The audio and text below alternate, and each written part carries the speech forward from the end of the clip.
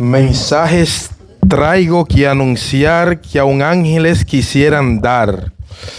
Mi rey implora a los de senda mundanal que se arrepientan del pecado tan fatal, que presten atención al ruego celestial. Embajador, ¿soy de quién? De mi rey. Bienvenido a los 10 minutos misioneros, señores. Buenos días, Dios les bendiga a todos. Vamos todos al libro de Marcos, capítulo 4, verso 21 al 24, dice la palabra de Dios así. También les dijo: ¿acaso se trae la luz para ponerla debajo del almud o debajo de la cama? ¿No es para ponerla en el candelero? Porque no hay nada oculto que no haya de ser manifestado, ni escondido que no haya de salir a la luz. Si alguno tiene oído para oír, oiga. Les dijo también: mirad lo que oís, porque con la medida con que medís, os será medido, y aún se os añadirá a vosotros lo que oís. Verso 25. Porque al que tiene se le dará, y al que no tiene, aún lo que tiene le será quitado. Amén. Muchas veces la predicación del evangelio podría ser frustrante por falta de respuesta de la gente a quien nosotros le predicamos. Ahí está Noé, que predicó 120 años y solamente 8 se salvaron. Guillermo Carey, el padre de las misiones modernas, tuvo que predicar durante 7 años en la India antes de ver su primer fruto. Quisiéramos que todo el mundo aceptara el evangelio de Dios, porque sabemos, porque se trata de un asunto de vida o muerte. Pero lamentablemente no es así. De hecho, muchos reciben nuestro afán evangelístico no como un acto de amor, sino como una molestia y muchas veces como una ofensa. Predicar el evangelio nunca produce los frutos que queremos. Es una de las enseñanzas que tenemos en las parábolas de Marcos capítulo 4. El Señor compara a los que predican el evangelio como un sembrador que sale a sembrar la semilla que es la palabra de Dios. Pero esa semilla no siempre cae en buena tierra y por eso no da buenos frutos. Algunos tienen el corazón bien endurecido, otros superficiales, otros tienen demasiadas preocupaciones de este mundo y en muchos casos todas las anteriores. Pero esa no es toda la historia. La parábola del sembrador nos enseña que por la gracia de Dios muchos corazones son preparados para recibir la palabra y esa palabra fructifica a 60, a 30 y a 100 por uno. Así que debemos predicar la palabra, porque ese es el instrumento de Dios y que Dios ha de usar para tocar los corazones de los hombres. Nosotros debemos seguir predicando. ¿Cuándo dicen amén? En el día de hoy, en el capítulo 4 de Marcos, del versículo 21 al 24, hay una parábola que nos enseña muchas cosas en cuanto al campo misionero. ¿Acaso se trae una lámpara para ponerla debajo de la cama? ¿No es para ponerlo en el candelero? Si alguno tiene oído para oír, que oiga. Las parábolas son básicamente comparaciones. El Señor se vale de una imagen o una historia de la vida cotidiana para enseñar verdades espirituales en una forma clara y fácil de entender.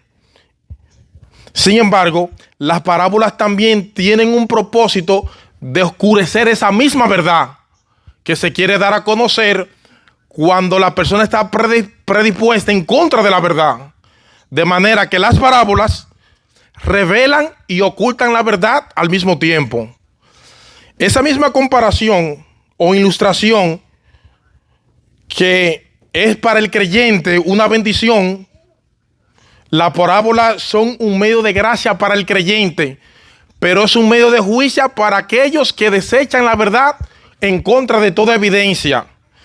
Pablo dice en 1 Corintios capítulo 2, versículo 14, que el hombre natural, el hombre que no ha sido regenerado por el Espíritu Santo, el hombre que no ha nacido de nuevo, no percibe las cosas que son del Espíritu.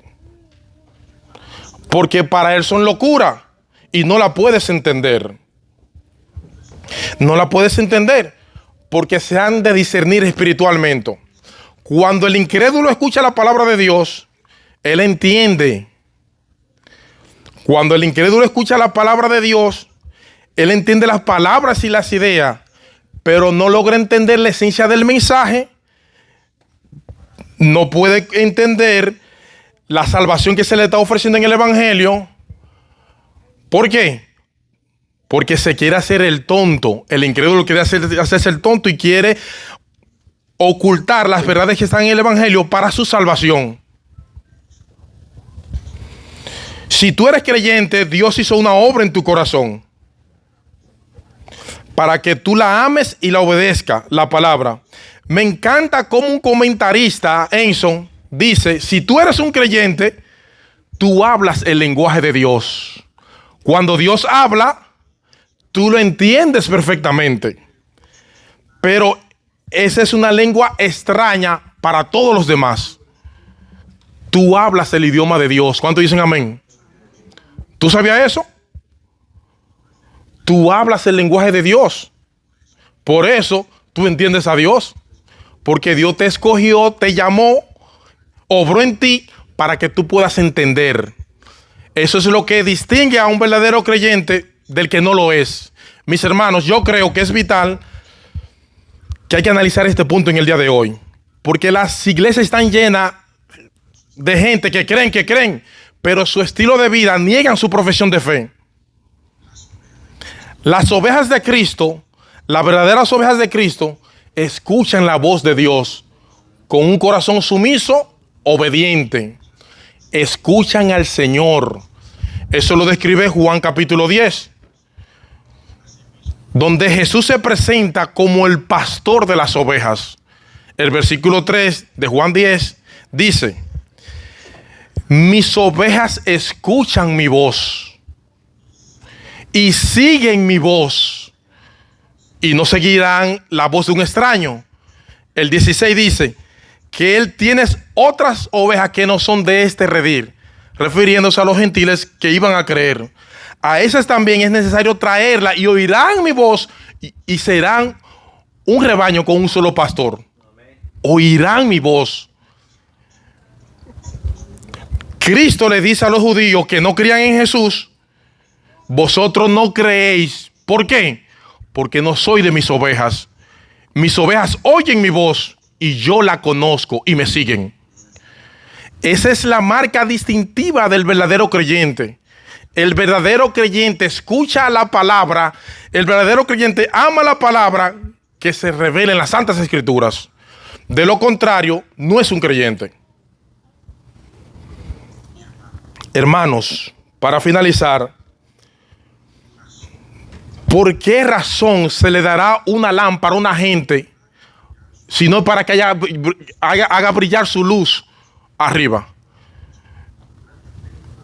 Si usted está en una casa que está oscura y tiene una lámpara y la pone debajo de una canasta o de una cama, es inconcebible eso.